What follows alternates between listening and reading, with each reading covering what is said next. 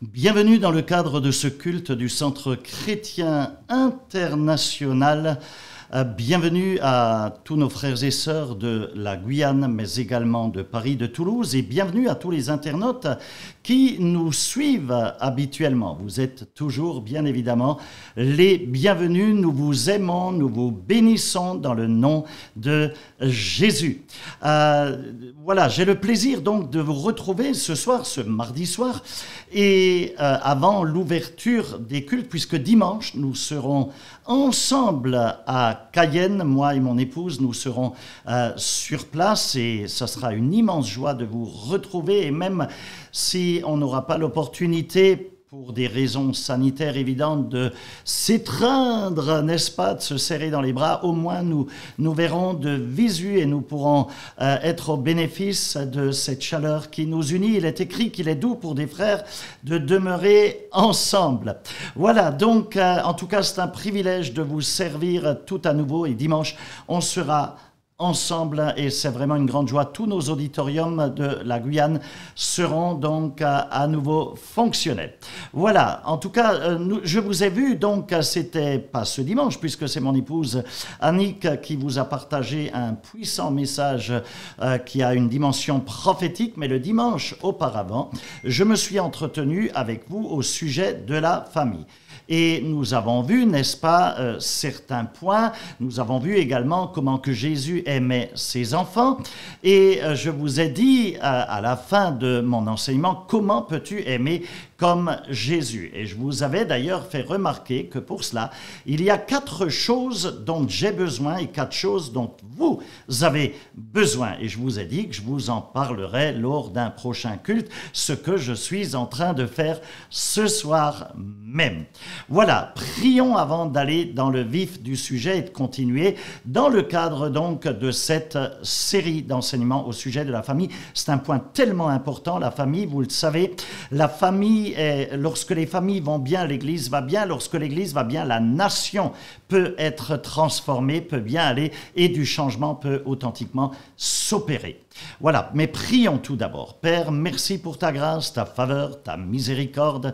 Merci pour ton amour surnaturel. Merci pour tous ces frères et sœurs, tout ce leadership, Seigneur, qui est connecté au-delà même de nos églises du Centre chrétien international, dans la francophonie également.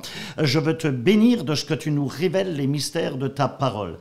Seigneur, durant ce mois d'octobre, nous nous entretenons au sujet de la famille et je veux te glorifier et te bénir de ce que, eh bien, tu nous révèles les mystères, Seigneur, qui nous permettent d'avancer, de grandir dans ce domaine, de nous développer et d'aller de victoire en victoire, de bénédiction en bénédiction, de faveur en faveur, de grâce en grâce, de succès en succès, de joie en joie, d'amour en amour. Bref, Seigneur, eh bien, nous nous plaçons simplement en ouvrant notre cœur à la révélation de ta parole. Merci pour ton précieux sang que tu as versé pour chacun d'entre nous dans le nom de Jésus et tu t'es offert, Seigneur, tu t'es sacrifié à notre place et je veux te bénir pour cela, qu'à toi revienne toute la louange et la gloire. Amen et Amen. Donc 4 choses dont nous avons besoin. Premièrement, j'ai besoin d'un exemple qui soit le meilleur. J'ai besoin d'un meilleur modèle. Jésus a dit « Devenez mes imitateurs ». Cela signifie quoi? Cela signifie qu'il se présente en tant que modèle. Il se présente en tant qu'exemple à suivre. Je voudrais qu'on passe rapidement le passage de l'Écriture qu'on trouve dans Jean 13 au verset 34 et 35, 2 versets. Je voudrais qu'on passe ces 2 versets rapidement en revue et on va y découvrir 4 choses. 4 choses à travers ces 2 versets que Jésus nous a enseignés. La première chose qu'il a dit, c'est que toi et moi, il nous faut impérativement nous reposer sur le meilleur exemple. Jésus donc, en paraphrase, il dira ceci, « Tu dois aimer les autres, aimer tes enfants, aimer ta famille, aimer ton époux, ton épouse, aimer tes disciples, aimer ton voisinage, etc. Tu dois aimer comme je t'aime. » Jésus est l'exemple, il est le modèle dans la manière d'aimer. Alors, voici le principe.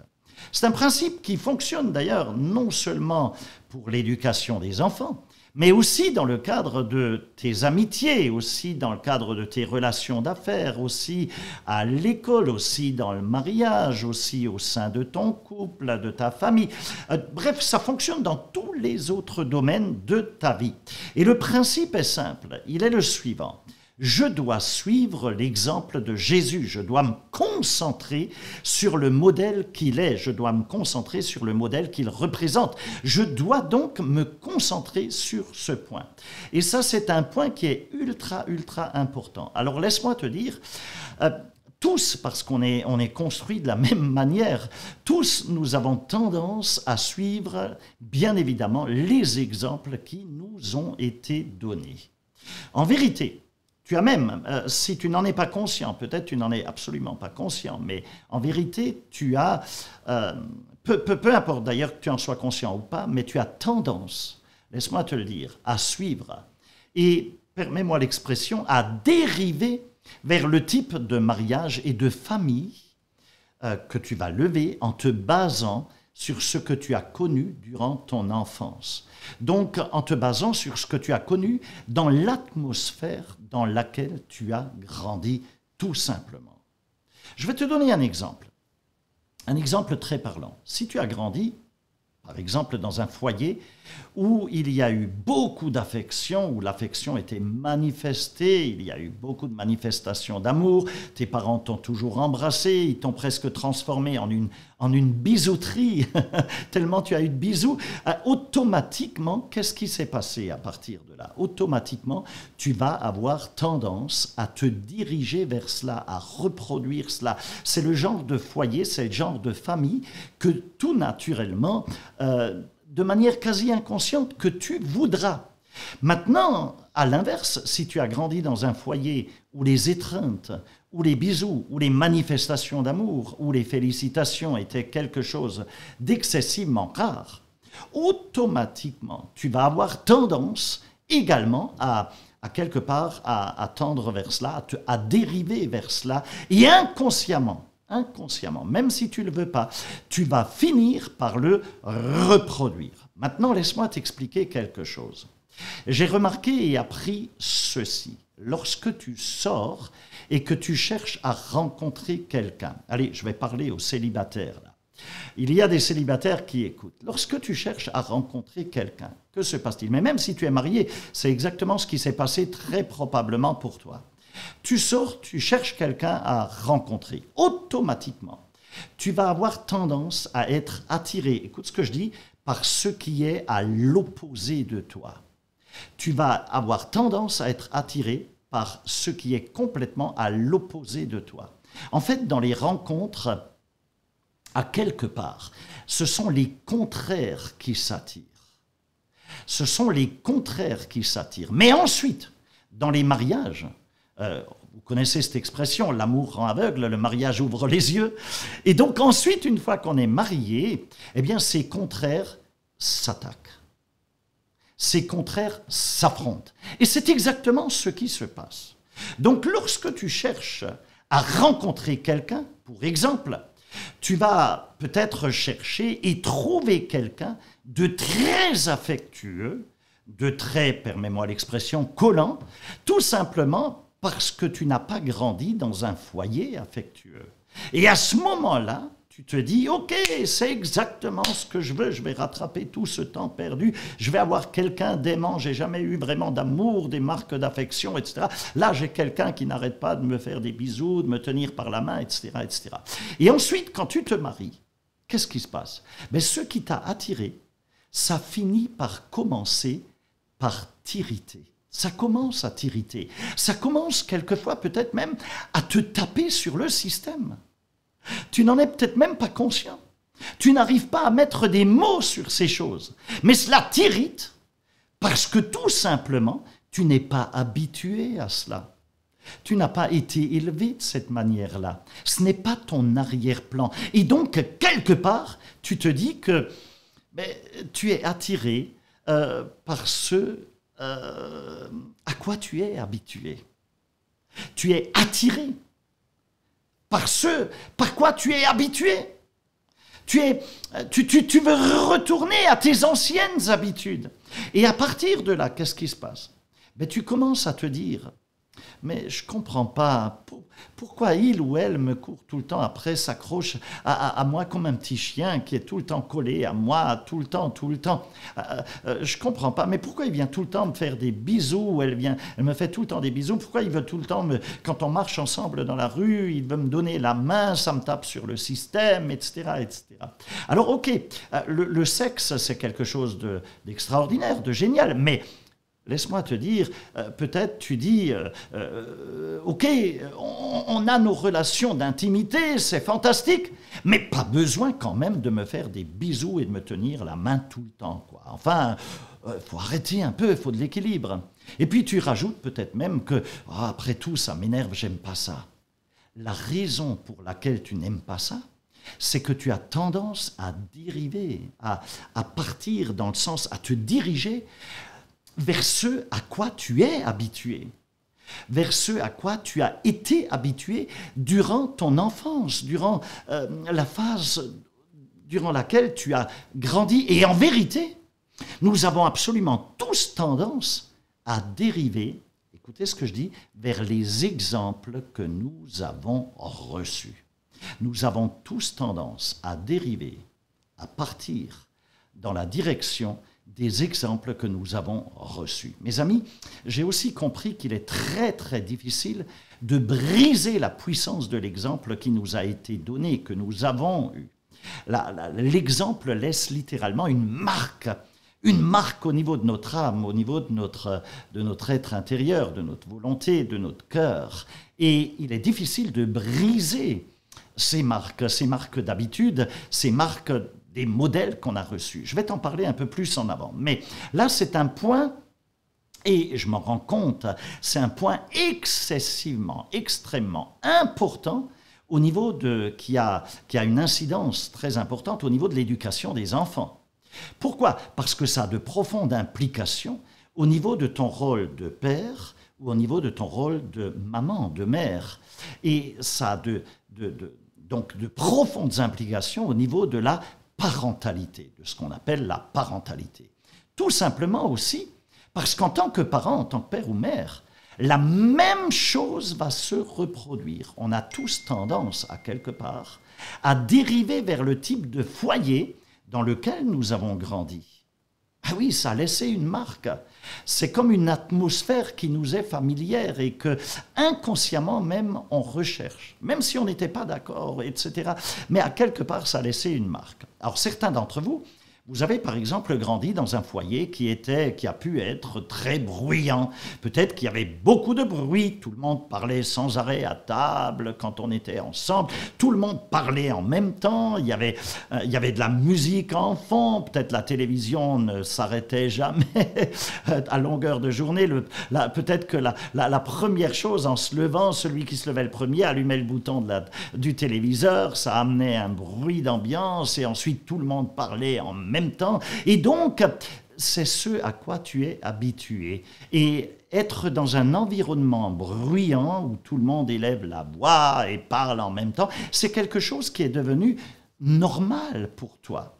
Et lorsque cela se passe, à quelque part, parce que tu y es habitué, tu te sens comme un poisson dans l'eau. Tu te sens chez toi, c'est une ambiance normale pour toi.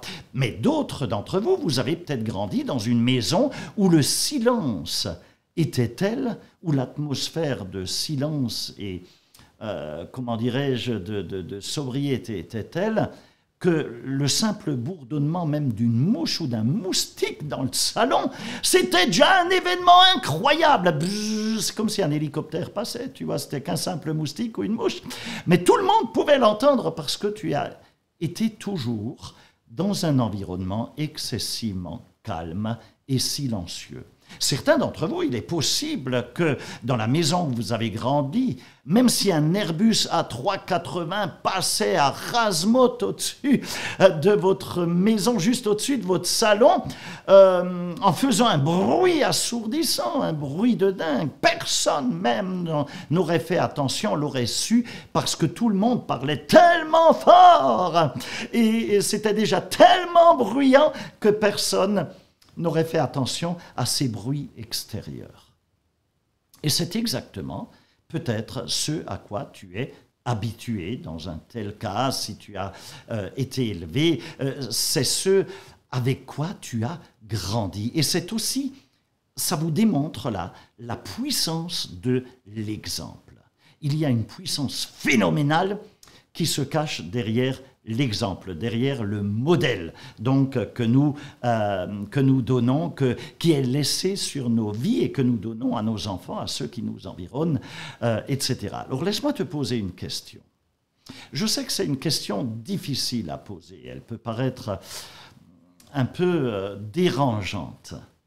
Je sais que ce n'est pas facile, mais combien d'entre vous, vous lèveriez la main et vous diriez qu'il y a eu au moins une fois dans votre vie où vous avez remarqué à votre propre niveau, vous avez découvert à votre propre niveau, en ce qui vous concerne personnellement, que vous avez parlé avec des paroles ou que vous avez eu des expressions qui, en réalité, n'étaient qu'un reflet des paroles ou des réflexions de vos propres parents, de papa ou de maman.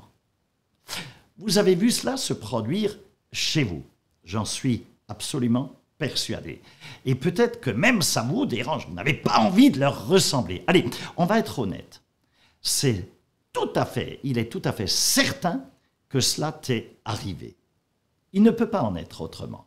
La puissance du modèle a laissé des marques. Alors, je le sais bien, cela peut te paraître même douloureux de l'admettre. Certains vont dire « Ah ouais, mais moi, j'ai pas envie de ressembler à mes parents. Non, je veux pas être comme mon père, je veux pas agir comme ma mère, etc. etc. » Mais une nouvelle fois, c'est la conséquence de la puissance de l'exemple. Voilà la grande question à se poser. Il y a une question que tu dois te poser. Et si on m'a donné de mauvais exemples à suivre, si j'ai été impacté durant mon enfance, durant mon adolescence, par de mauvais exemples, en premier lieu, ce que je voudrais dire, et permets-moi de te rappeler qu'il ne s'agit pas d'un si, et si on m'a laissé un mauvais exemple. Il ne s'agit même pas d'un si, parce que, laisse-moi te dire, personne d'entre nous, nous avons des parents parfaits, ou nous avons eu des parents parfaits. Non, ça n'existe pas. Je vous l'ai déjà dit, les parents parfaits, ça n'existe pas. Ni toi tu es parfait, ni moi je le suis. Il n'existe aucun serviteur de Dieu, aucun pasteur parfait. Il n'existe personne de parfait sur cette terre. Si tu étais parfait, tu t'appellerais pas Pierre, Jacques ou Jean, mais tu t'appellerais Paradis, parce que c'est que dans le paradis qu'on est perfectionné, qu'on est parfait. Donc, puisqu'on n'a pas eu de parents parfaits, alors automatiquement, mes parents m'ont donné à certains moments, tout au moins, de mauvais exemples, mais bien évidemment. Et comme tu vas également toi-même laisser quelquefois de mauvais exemples. Et pour être très honnête, j'ai donné à mes enfants, personnellement, très certainement, plus de mauvais exemples que je n'ose même l'avouer. Je vais être très honnête avec toi et très cash. Même les meilleurs parents donneront de mauvais exemples. Et c'est ainsi, parce que rien n'est parfait ici-bas. Et cela, à quelque part, le fait de se l'avouer, le fait de se le dire, cela remet à quelque part les pendules à l'heure, oui ou non? Parce que cela nous garde dans l'humilité. On est obligé d'accepter qu'on n'est pas parfait. Alors pourquoi tu attends le parfait, que l'autre soit parfait, etc. Maintenant, ça ne fonctionnera pas. Néanmoins, que se passerait-il si tu grandissais, si tu étais élevé dans un foyer où l'on te donnait, mais alors beaucoup et majoritairement de mauvais exemples. Non pas des bons, mais des mauvais exemples. Imagine que dans ta famille, il n'y a eu quasi que des mauvais exemples. Imagine que tu as eu un père alcoolique, il rentrait, il était toujours en colère, il tapait sur tout ce qui bougeait, et, il cassait la vaisselle. Imagine que tu as une maman dépressive qui pétait les câbles à tous les bouts de champ, etc. Enfin bon, bref, imagine que tu étais dans un foyer violent, dans un foyer difficile tout simplement. Tu as été élevé dans ce contexte. Dans un tel cas, Parce qu'il y a la puissance de l'exemple qui a laissé des marques sur ta vie, des blessures. Tu ne veux pas reproduire cela, mais malgré tout, la puissance de l'exemple est une réalité. Et dans un tel cas, comment changer? Comment vas-tu pouvoir changer? Le problème, c'est qu'il ne suffit pas de vouloir briser et rejeter un mauvais modèle, mais il faut avoir un nouveau et bon modèle pour ne pas laisser de vide. Et tu le sais bien, Dame Nature a horreur du vide. Il ne suffit pas de dire « je veux changer, je vais faire des efforts, etc. Ça ne va pas marcher ». Non!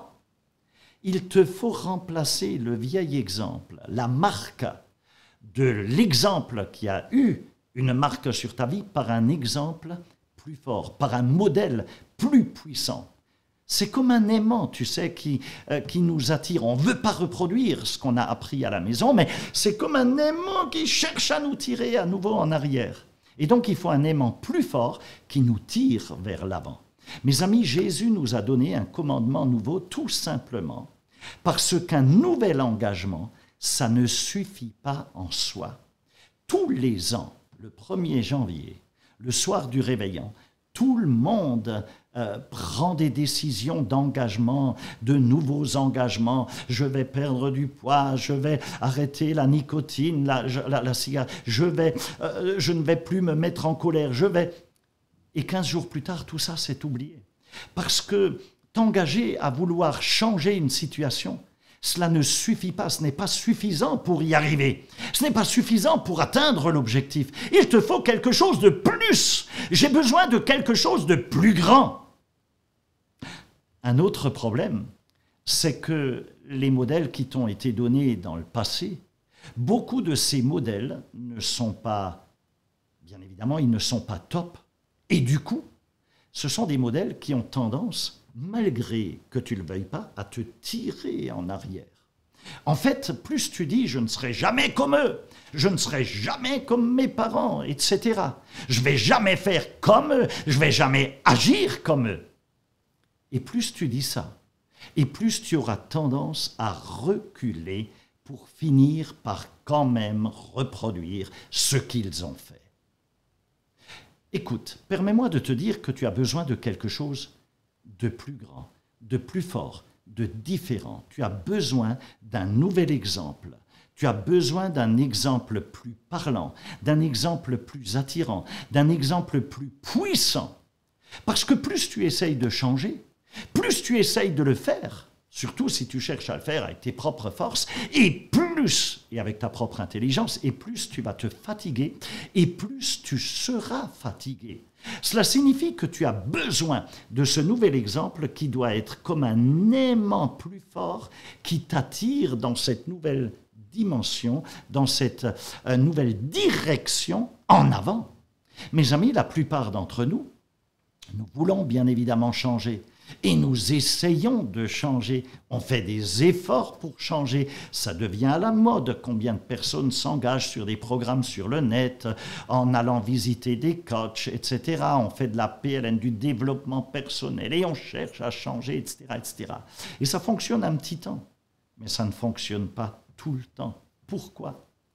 Parce que ça finit par s'estomper, parce qu'il y a cet aimant qui, la puissance du modèle, que nous avons eu durant toute notre phase de croissance et de développement en tant qu'enfant, en tant qu'adolescent, qui a laissé une telle marque sur notre vie que c'est comme un aimant qui cherche à nous ramener à nouveau en arrière. Et inconsciemment, on cherche cette même atmosphère. Donc il nous faut pour cela, plus que des conseils de coaching, il nous faut pour cela que le coach des coachs, le maître des maîtres, le seigneur des seigneurs, le roi des rois, que Jésus lui-même, Dieu, notre créateur, qui a la capacité de nous marquer avec son sceau, avec son précieux sang et avec la marque de son modèle, qui va nous permettre alors de changer.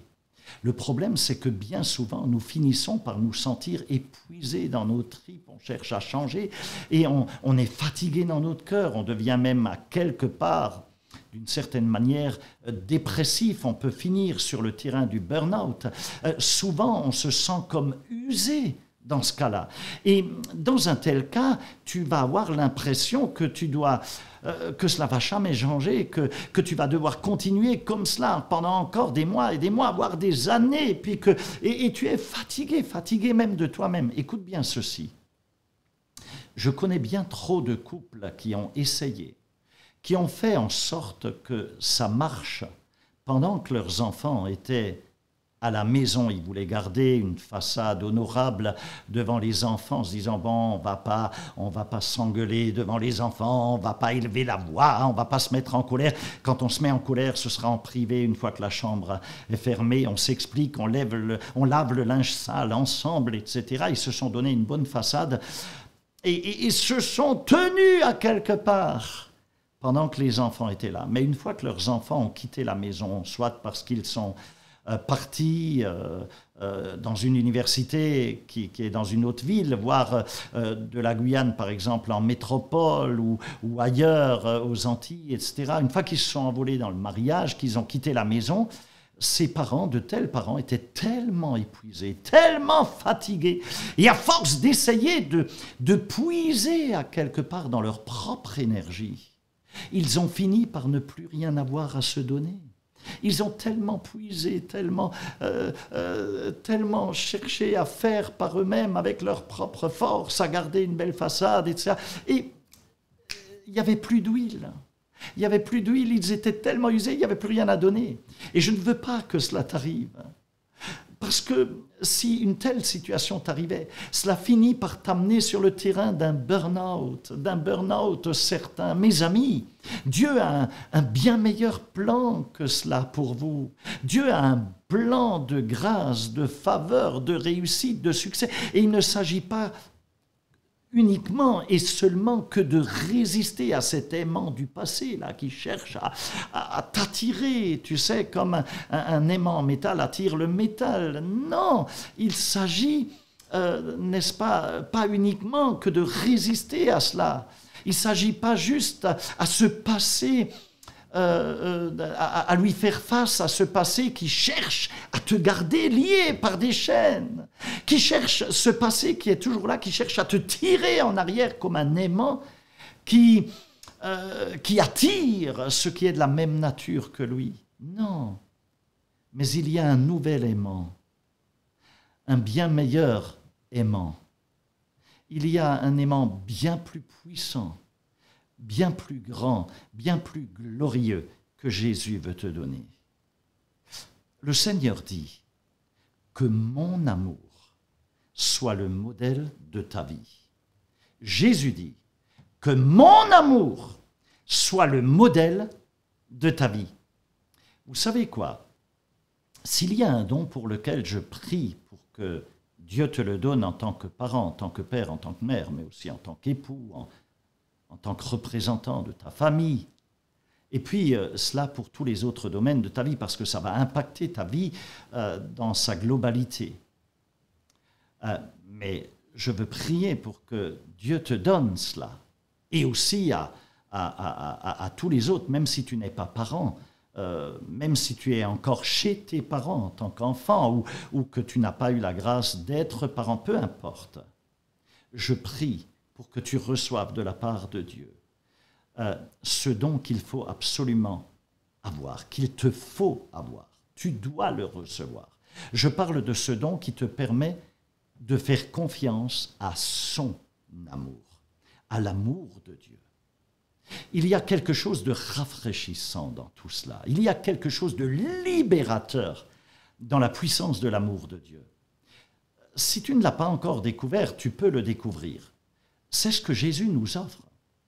Regarde avec moi, l'apôtre Paul en parle dans sa première épître qu'il a écrite au peuple de Corinthe, dans 1 Corinthiens 11, au verset 1er.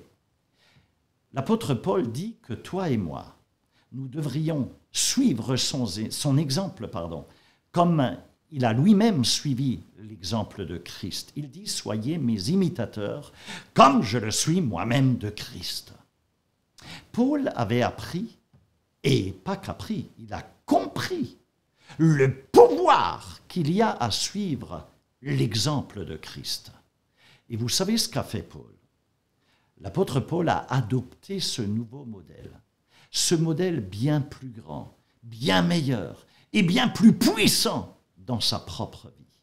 Alors, de manière pratique, comment le faire pour adopter ce modèle bien plus puissant? Comment pouvons-nous commencer à mettre cela de manière concrète en place dans nos vies, dans nos propres vies? Et pour cela, nous devons impérativement faire la deuxième chose dont Jésus a parlé dans ce nouveau commandement. Et c'est réellement l'une des clés parmi les plus puissantes. C'est une des clés qui touche à l'éducation des enfants également. Alors, cette clé, c'est que je n'ai pas que besoin d'un meilleur exemple, mais il y a une deuxième chose dont j'ai besoin. Et cette deuxième chose, c'est que j'ai besoin d'une fondation, d'une base, d'un support sur lequel je peux m'appuyer qui va être bien plus solide. J'ai besoin d'une fondation, j'ai besoin d'un modèle qui soit le meilleur, d'un meilleur modèle, mais j'ai aussi besoin d'une fondation plus solide pour amener du changement, de la transformation dans ma vie et particulièrement au niveau de la famille. J'ai besoin d'une base, d'une fondation plus solide. Pourquoi? Pour l'amour, pour exercer l'amour de Jésus.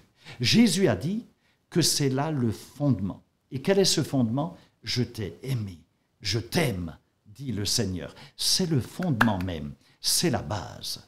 Et il s'agit tout simplement, mes amis, de cette qualité d'amour de Dieu qui a été exprimée pour toi, pour moi et pour toi à travers le Seigneur Jésus.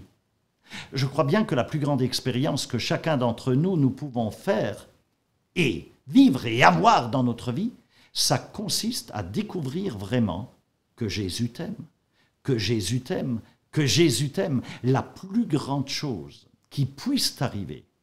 Et cela à n'importe quel moment du jour ou de la vie. Peu importe quand, la plus belle chose qui puisse t'arriver, c'est de découvrir ou de redécouvrir combien que Jésus t'aime.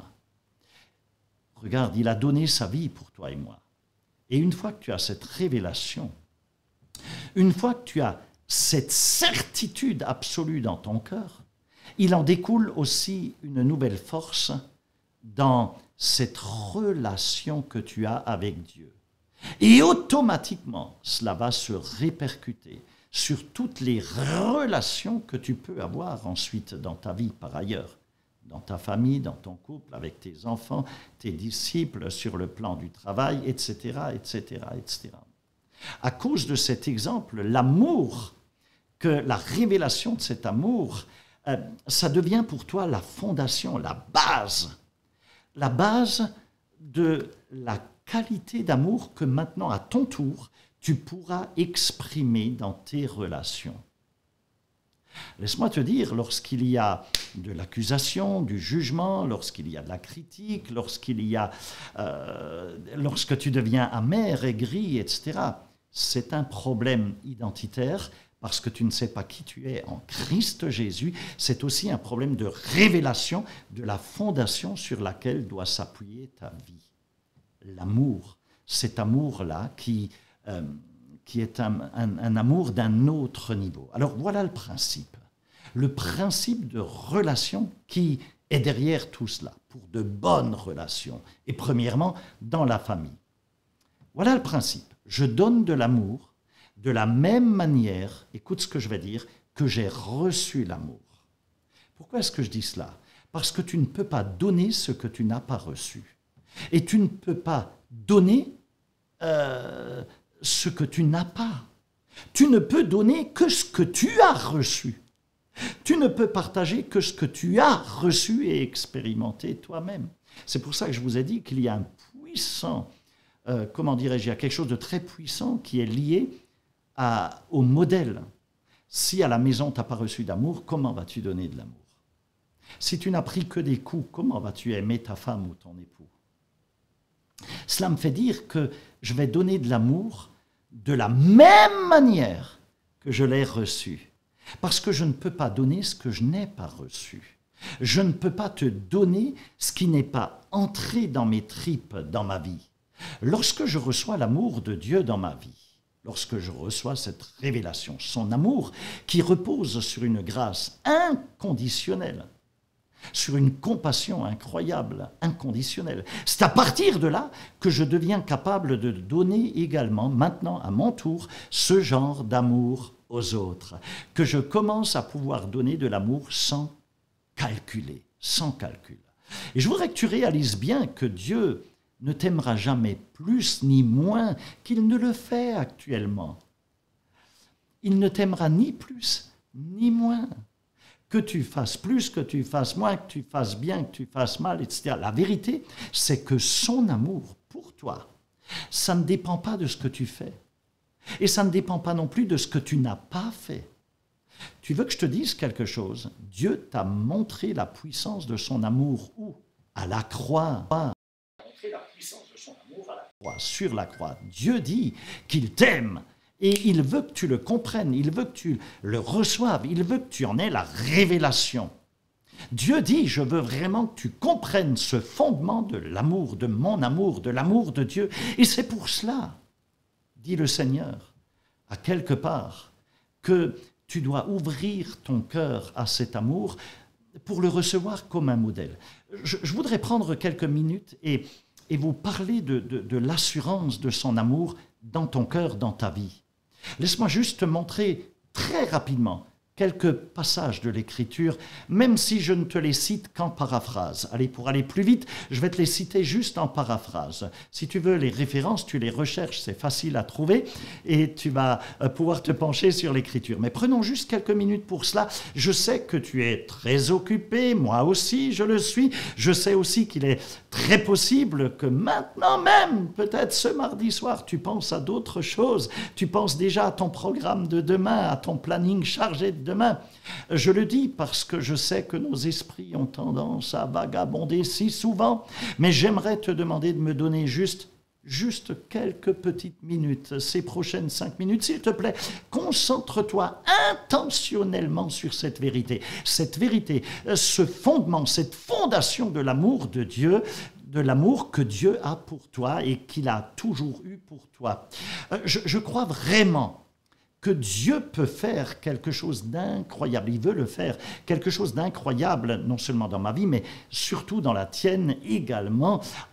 Il veut construire, il veut renforcer les fondations de son amour dans ton cœur, dans tes tripes, dans ta vie. La Bible dit ceci au sujet de l'amour de Dieu pour toi. Qu'est-ce que dit la Bible? Allez, en paraphrase. Il n'y a donc plus de condamnation pour ceux qui sont en Jésus-Christ. C'est l'amour de Dieu. C'est un amour, mes amis, qui ne condamne pas. C'est un amour compatissant, un amour qui est une expression de compassion. Qu'est-ce que dit encore l'Écriture? Elle dit, je suis convaincu que ni la mort, ni la vie, ni les anges, ni les démons, domination, ni le présent, ni l'avenir, ni aucune puissance, ni la hauteur, ni la profondeur, ni rien d'autre dans toute la création ne pourra nous séparer de l'amour de Dieu qui est dans le Christ Jésus notre Seigneur. C'est un amour absolument certain, un amour qui est sûr. Tu peux t'appuyer dessus. C'est une fondation certaine, elle ne bouge pas. Tes pieds pourraient trembler, mais ce rocher-là, ce rocher d'amour, ne bougera jamais, ne tremblera jamais. Regarde ce que dit encore l'Écriture, toujours en paraphrase, très rapidement. Tu es indulgent et bon, ô Seigneur. Tu abondes en amour envers tous ceux qui t'invoquent. Dieu a dit aussi que c'est Dieu qui parle, je ne te décevrai jamais, je ne te laisserai pas, je ne t'abandonnerai jamais. Voilà ce que dit Dieu. Dieu a aussi dit, car Dieu, et vous le connaissez par cœur ce verset, car Dieu a tant aimé le monde, qu'il a donné son Fils, son unique Fils, afin que quiconque croit en lui ne périsse pas, mais qu'il ait la vie éternelle. Qu'est-ce qu'a encore dit le Seigneur? Allez, pour gagner, on va aller un peu plus vite, mais à cause de son grand amour pour nous, Dieu qui est riche en miséricorde, nous a fait vivre avec le Christ, même lorsque nous étions morts dans les transgressions. Il dit encore, c'est par la grâce que nous avons été sauvés. Mes amis, permettez-moi de rajouter ceci. Jésus a dit, aime ton prochain comme toi-même. Aime ton prochain comme toi-même. Lorsque toi et moi, nous saisissons cette assurance, cette garantie, ce fondement-là, lorsqu'on s'appuie dessus, il n'y a plus rien qui puisse faire, que tu puisses faire de mieux en tant que parent. Si tu t'appuies sur cette fondation-là, c'est la plus grande chose que tu puisses accomplir, s'appuyer sur cette fondation d'amour qui ne calcule pas, qui ne juge pas, qui ne critique pas, qui est compatissant, c'est une révélation. Dans le cadre de toutes tes relations, tu devrais appliquer cela. C'est sur ce fondement-là que tu dois construire tes relations, et en particulier au sein de ta famille. Dans Jean 15, au verset 9, Jésus a dit, « Tout comme le Père m'a aimé, moi aussi je vous ai aimé. Demeurez dans mon amour. » Mes amis, vous savez, les choses deviennent bien meilleures à la maison lorsque tu agis dans l'amour de Dieu et avec de l'amour tel que Dieu te le révèle. Tu peux aussi voir dans Éphésiens 5, dans les 2 premiers versets, qu'il est écrit « Soyez donc les imitateurs de Dieu, puisque vous êtes ses enfants bien-aimés, et vivez dans l'amour en suivant l'exemple de Christ qui nous a aimés et qui s'est donné lui-même pour nous, comme une offrande et comme un sacrifice dont l'odeur est agréable à Dieu. » Écoute ceci, tu es un enfant très, pour ne pas dire ultra aimé. Tu es aimé par ton Père qui est aux cieux. Ton Père qui est dans le ciel, il t'aime d'un amour absolument dingue, absolument fou. Et je voudrais que tu comprennes aussi qu'une des plus grandes choses que tu puisses faire pour aimer tes enfants, pour aimer ta famille, pour apporter de l'amour dans ton couple, mais au-delà même dans tes relations, c'est qu'il faut que tu reconnaisses que tu es un enfant toi-même ultra aimé de Dieu. Comment veux-tu donner de l'amour si tu ne sais pas que tu es ultra aimé? Si tu n'as pas expérimenté cet amour, comment tu vas donner ce que tu n'as pas expérimenté, ce que tu n'as pas reçu? Donc sache que tu es ultra aimé de Dieu. C'est une folie, c'est dingue. Cela va construire, le fait de le savoir, une bonne fondation dans ton cœur, dans ta vie. Et cela va aussi te permettre de traverser les moments les plus difficiles. Cela va te permettre de continuer à aimer, et dans les bons moments comme durant les moins bons, comme même devant des moments difficiles. C'est la base, c'est la fondation dont tu as besoin. L'une des plus grandes choses que tu puisses faire pour aimer, tes enfants, ton époux, ton épouse, ta famille, c'est que tu réalises que tu es toi-même un enfant très aimé de Dieu. Et c'est le fondement même de l'amour de Dieu. Veux-tu être un bon parent? Veux-tu être un bon papa? Une bonne maman, un bon père, une bonne mère? Regarde, s'il te plaît, combien que Dieu t'aime tellement profondément, il t'aime à la folie. Ensuite, commence par t'engager dans cet amour. Commence à le mettre en pratique. Maintenant, il est tout à fait possible, pour certains d'entre vous, vous n'avez peut-être jamais réellement expérimenté une telle qualité de relation avec Dieu. C'est possible. Peut-être que tu viens à l'église depuis des années. C'est très bien. Mais as-tu expérimenté une authentique relation avec Dieu? Parce que venir à l'église, c'est une chose. Expérimenter une authentique relation d'amour avec Dieu, c'est autre chose. Et là se pose la question de savoir comment expérimenter une relation de ce niveau de qualité-là avec Dieu. En vérité, je vais te dire que tu n'as absolument rien à faire pour cela. Peu importe ce qui s'est passé dans ta vie jusque-là, qu'il y a eu échec sur échec, qu'il y a eu difficulté sur difficulté, etc. Peu importe. Peu importe ce qui a pu se passer jusque-là. Jésus a déjà accompli tout ce qu'il fallait faire. Il a également donné sa vie sur une croix. Il s'est sacrifié. Il a donné sa vie pour te dire « Je veux que tu saches combien je t'aime ». Même si tu ne comprends pas tout, frère, sœur, mon ami, mais si au moins tu comprends son amour qu'il a pour toi, et si au moins tu comprends, tu as la révélation de son pardon qu'il t'a donné, son pardon pour toi, alors, à partir de là, tu peux commencer une relation d'un tout nouveau niveau avec lui à partir de maintenant même. Et il te suffit de le faire comment? Par la prière.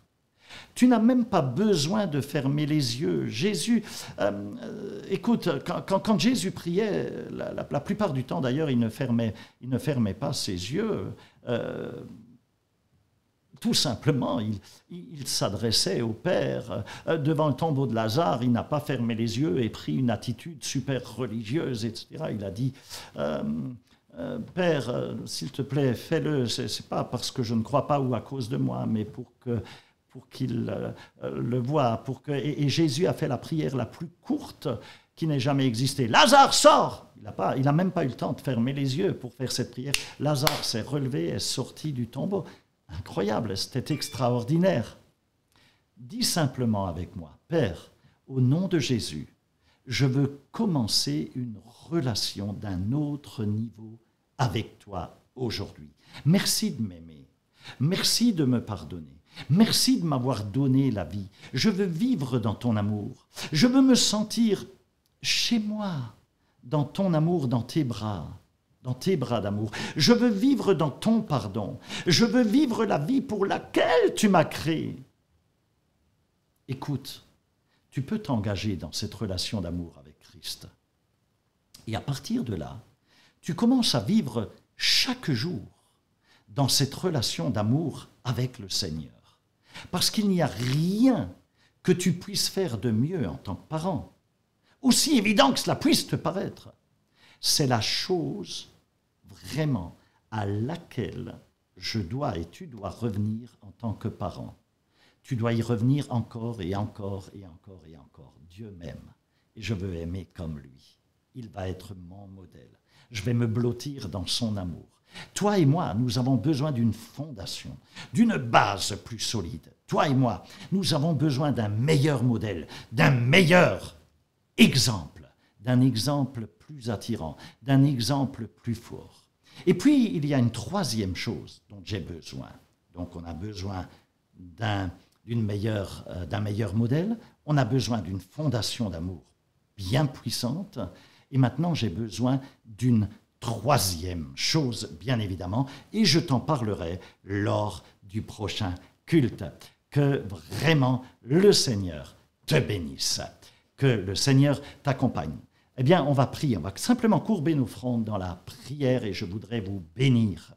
Et j'ai la grande joie de vous retrouver, bien évidemment, ce dimanche à venir à notre auditorium de Cayenne, au CCI Cayenne. Et combien mon cœur saute de joie de savoir que nous serons ensemble.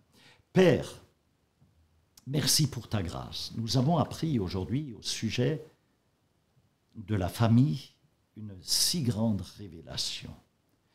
Nous avons appris ensemble, Père, dans le nom de Jésus, que les modèles que nous avons reçus ont une puissance incroyable sur notre vie et qu'il nous faut un modèle plus fort qui nous attire vers l'avant pour ne pas reculer et revenir à ce qu'on a connu, même inconsciemment. Seigneur, merci pour le modèle que tu es. Tu t'es offert en sacrifice pour nous. Merci également de ce que tu nous accordes de mettre en place dans nos vies, dans nos cœurs, une fondation plus solide, une fondation forte, une fondation inébranlable, que représente ta manière de nous aimer, ton amour. Seigneur, tu nous as démontré comment et combien tu nous aimes à travers l'œuvre de la croix.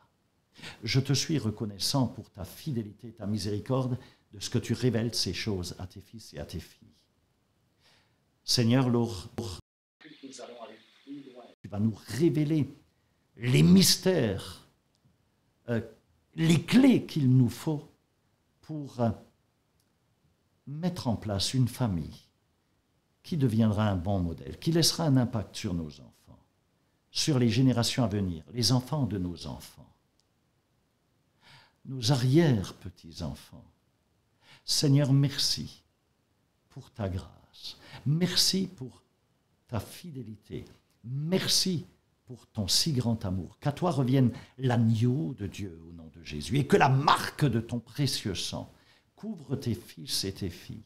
Qu'à toi revienne toute la louange et la gloire. Merci Saint-Esprit parce que tu transformes les vies à travers ta parole. Tu as envoyé ta parole et tu les guéris. Tu transformes nos vies. Qu'à toi revienne toute la louange, l'adoration et la gloire. Au nom de Yeshua, au nom de Jésus-Christ. Amen et Amen. Une dernière chose, je vous aime très très très fort. Vous me manquez, si vous êtes en Guyane, on sera ensemble, je vous le répète, dès ce dimanche.